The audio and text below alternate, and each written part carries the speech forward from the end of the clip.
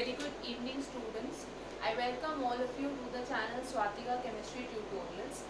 As you all know, we were doing the chapter Some Basic Concepts of Chemistry. कल की class में हम कर रहे थे लॉज ऑफ केमिकल कॉम्बिनेशन. ठीक है, हमने 3 लॉज डिस्कस कर रहे थे, the law of conservation of mass, law of constant और definite proportions and the law of multiple proportion. आज हम नेक्स्ट लॉ डिस्कस करेंगे, that is Gay-Lussac's law of gaseous volumes. Children, इस लॉ को जैसे कि आपको नाम से ही पता चल रहा है, it was given by Gay-Lussac. Okay, so this was given by गेल-ल्यूसैक.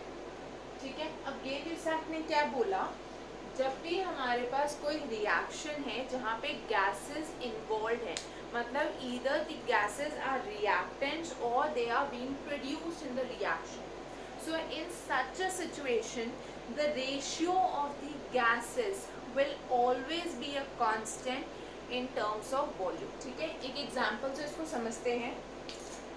आपको ये रिएक्शन पता है, N2 gas plus H2 gas giving ammonia gas, right. Nitrogen और हाइड्रोजन गैसेस जब रिएक्ट करती हैं, the product is ammonia gas. Children, इस reaction को अगर मैं बैलेंस करूँ तो यहाँ पे 3 आएगा और यहाँ पे 2 आएगा, राइट. अब जब भी इन गैसेस के बीच में, इन दोनों गैसेस के बीच में रिएक्शन होगी टू फॉर्म दिस गैस, तो यहाँ पे क्या होगा, हमेशा वॉल्यूम का रेशियो कांस्टेंट रहेगा. अब हम कैसे बताएंगे वॉल्यूम का क्या रेशियो है? For this you need to understand one thing, कि अगर टेम्परेचर और प्रेशर कांस्टेंट है, ठीक है, if the temperature and pressure are constant, तो volume is proportional to the number of moles. ठीक है, हम जब स्टेट्स ऑफ मैटर पढ़ेंगे वहाँ पे हम ये लॉ डिस्कस करेंगे, बट अभी मैं आपको एक ब्रीफ आइडिया दे रही हूँ. At constant temperature and pressure the volume is proportional to the number of moles. ठीक है, यहाँ से आपको पता चल रहा है, if I have this reaction, तो इसका 1 मोल है, this is 3 mole and this is 2 mole, right. 1 mole, 3 mole and 2 mole. तो उसी के according, because volume is proportional to the number of moles, तो N2 हमेशा 1 volume, H2 will always be 3 volumes and NH3 will always be 2 volumes. ठीक है, हमेशा जब भी नाइट्रोजन और हाइड्रोजन रिएक्ट करेंगे टू फॉर्म अमोनिया, तो इन दोनों का वॉल्यूम रेशियो 1:3 होगा and this will be 2 volumes always. ठीक है, so this is a simple example to explain the Gay-Lussac's law of gaseous volumes. The same example can be applied to other gases. For example, H2 gas plus Cl2 gas giving 2HCl gas. ठीक है, यहाँ पे हमेशा ये ध्यान रखना, the product is HCl gaseous, मतलब hydrogen chloride gas. जब इस गैस को हम पानी में डिसॉल्व करते हैं, then the solution is hydrochloric acid which is an aqueous solution, but initially the product is in the gaseous state. तो ये क्या है, 1 मोल मतलब 1 volume, this is 1 volume and this is 2 volumes always. ठीक है, तो ये रेशियो, वॉल्यूम रेशियो हमेशा मेंटेन रहेगा. Is that clear everyone? Now let us write down the statement for this law.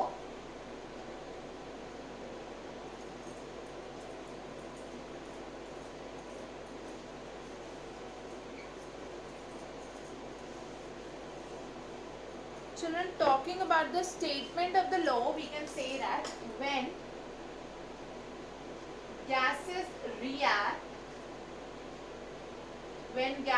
react or are produced in a chemical reaction, जब भी gases react करेंगी या produce होंगी in a chemical reaction, they do so in a अ, ठीक है, हमेशा कैसे करेंगी, in a fixed ratio by volumes.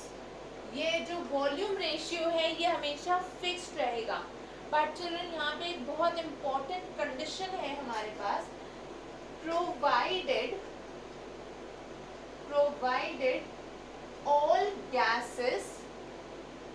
all gases are at the provided all gases are at the same temperature and pressure. Provided all gases are at the same temperature and pressure. तो हमेशा जो ratio है वो volume का constant रहेगा, ना कि mass का। Provided all gases are at the same temperature and pressure, क्योंकि अभी मैंने आपको बताया था volume is proportional to number of moles only at a constant temperature and pressure. So children, I hope the fourth law is clear everyone. Now we will move to the fifth law, that is Avogadro's law. So moving on to the next law.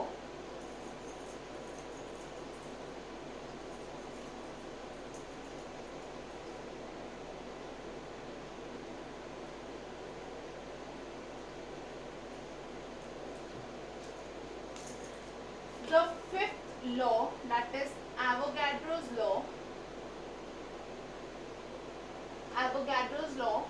According to this law, children, whenever we have two or more gases present at the same temperature and pressure, मतलब जितनी भी gases आपके पास हैं जो same temperature और pressure पे present है, वो gases हमेशा equal number of molecules contain करेंगी if they are equal in volume. अगर आपके पास suppose करो 1 liter H2, 1 liter N2 and 1 liter O2 है, सब गैसेस की वॉल्यूम सेम है, ठीक है, हमने बोल दिया टेम्परेचर एंड प्रेशर कांस्टेंट है, तो इन सब में equal number of molecules present होंगे. Okay, they will all contain equal number of molecules, इनमें हमेशा same number of molecules present होंगे. That is the Avogadro's law. So we can state the law as equal volumes of all gases contain equal number of molecules at same temperature and pressure. At the same temperature and pressure they will contain equal number of molecules. तो ये condition equal volumes of all gases, सब gases के लिए ये condition valid है, even for water vapor, क्योंकि वो gaseous form में है, ठीक है. Contain equal number of molecules at the same temperature and same pressure. तो टेम्परेचर प्रेशर की कंडीशन यहाँ पर बहुत ज़्यादा इम्पॉर्टेंट है. आई होप चिल्ड्रन आप लोगों को ये fifth law that is Avogadro's law समझ में आ गया. Now moving on to the next topic that is Dalton's atomic theory.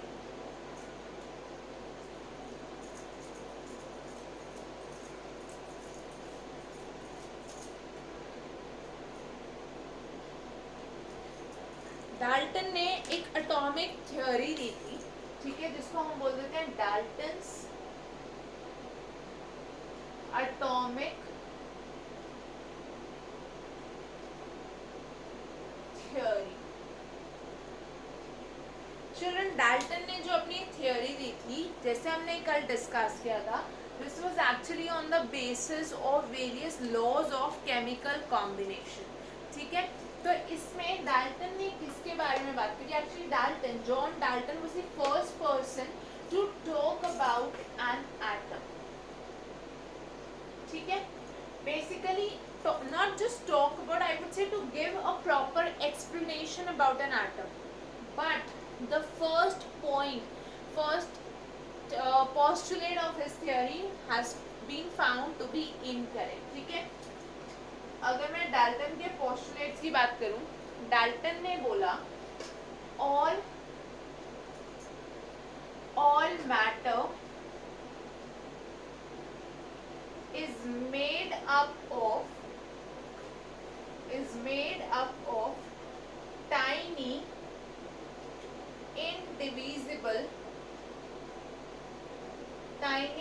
indivisible particles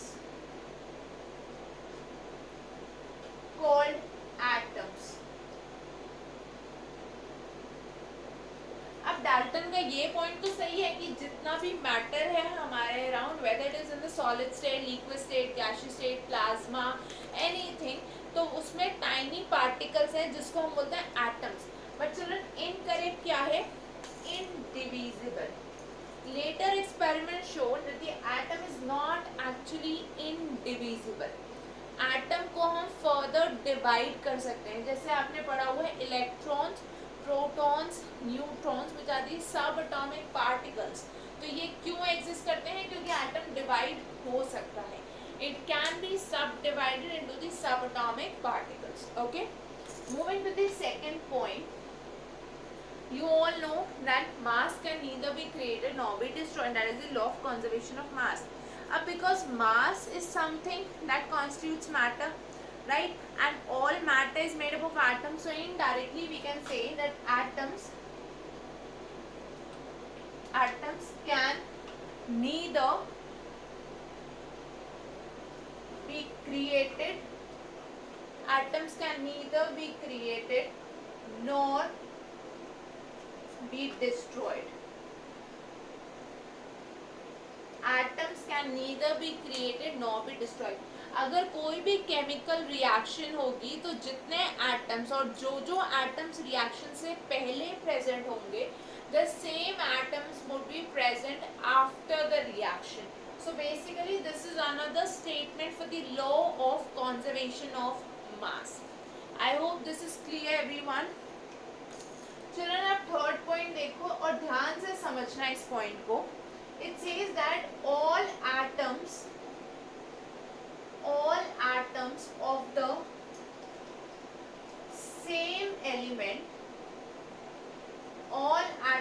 the same element are identical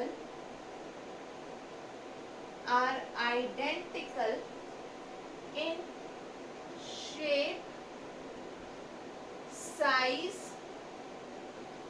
mass and properties, or we can say and other properties.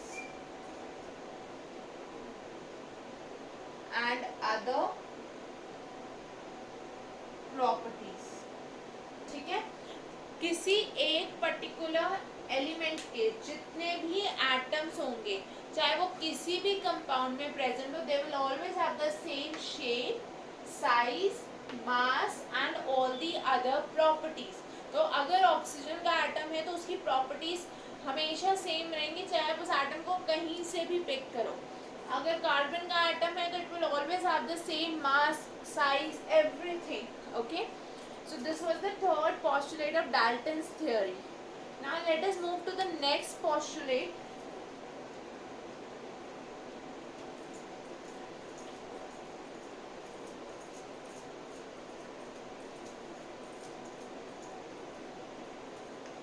Children, the fourth postulate of Dalton's theory states that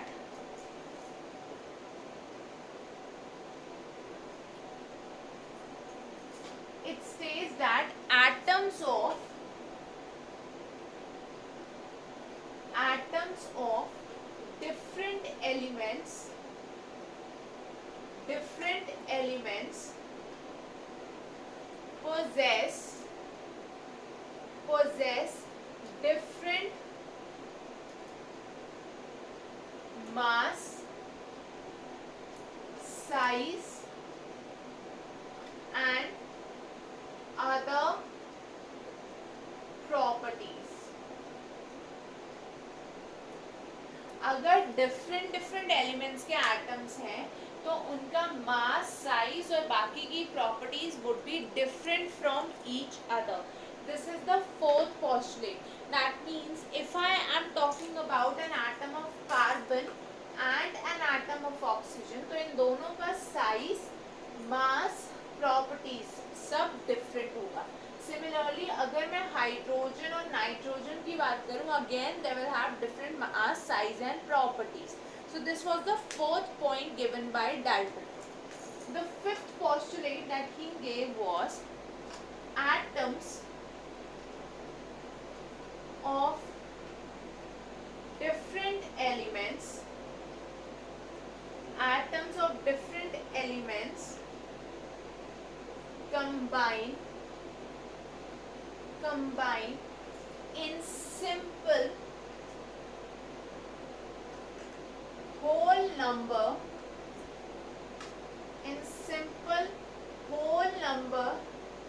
ratio to form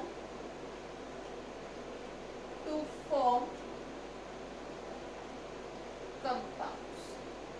ठीक है, जो different different elements के atoms हैं वो simple whole number ratio में combine करके compounds बनाते हैं. So that is how the compound formation occurs when atoms of different elements they combine together to form compounds, and this combination is always in a simple whole number ratio. ठीक है, so these were the various postulates given by Dalton. Now children, Dalton's atomic theory बहुत simple है and I hope it is clear to everyone. Moving further to the next topic, we have atomic and molecular masses.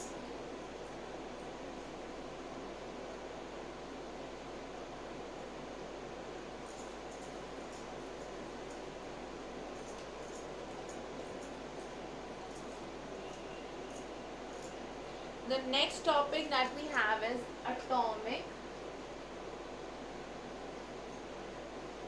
and molecular masses. Atomic and molecular masses. चलो atomic mass, molecular mass दोनों की unit सबसे पहले देख लेते हैं. The unit is U, which is unified. Small u है ये, that is unified mass. पहले हम लिखते थे AMU, जिसको हम बोलते थे atomic मास यूनिट, बट ये तरीका पुराना हो चुका है. ओके, दिस AMU और atomic mass unit was the old method, but U is a new unit. ठीक है, अब हम इसको U से रिप्लेस कर चुके हैं. अब एटॉमिक मास क्या होगा? Atomic mass is actually the mass of one atom. Mass of one atom. Children, देखो, जब भी हम mass of an atom की बात कर रहे हैं, या अगर मैं बोलूं molecular mass, which is the mass of one molecule. It is the mass of one molecule. तो ये जो मास ऑफ एन एटम है, ये मास ऑफ एन मॉलिक्यूल है. ये दोनों हम देखते हैं in respect of carbon 12 atom.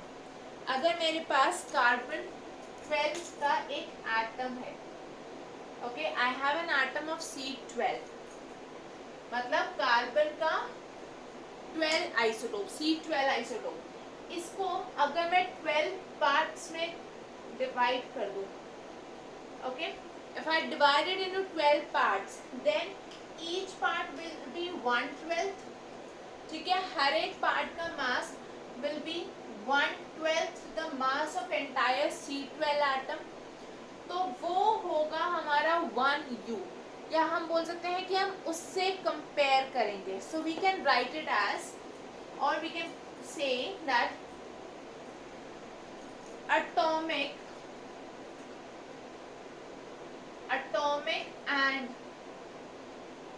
molecular masses, atomic and molecular masses are determined with respect to the mass of 1/12th part of an atom of C12। Carbon का जो C12 isotope है उसके मास के 1/12 के रिस्पेक्ट में we calculate the mass of an atom or a molecule. I hope children this is very much clear to everyone. हम इन्हीं masses को use करके various calculations करते हैं, ठीक है? So let me give you some examples.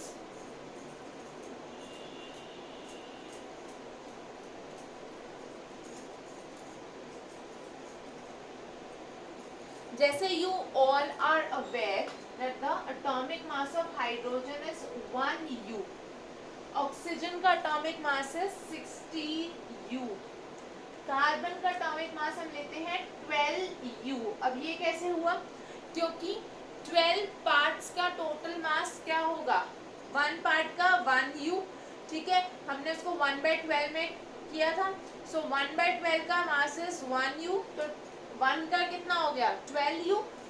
उसके बाद nitrogen 14 U, sulphur 32 U, right? Iron 56 U, copper 63.5 U, etcetera. I hope children ये आप सबको याद है because at least first 30 elements that is hydrogen to zinc, इनके एटॉमिक मासेस आप लोगों को याद होने चाहिए. Many a times those will not be given in your exam, okay?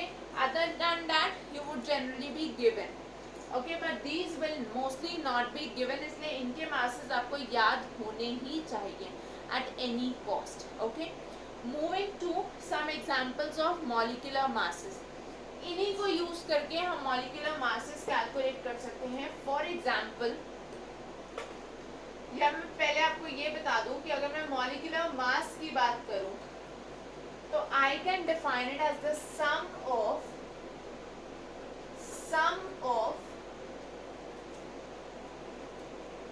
atomic masses of all elements in one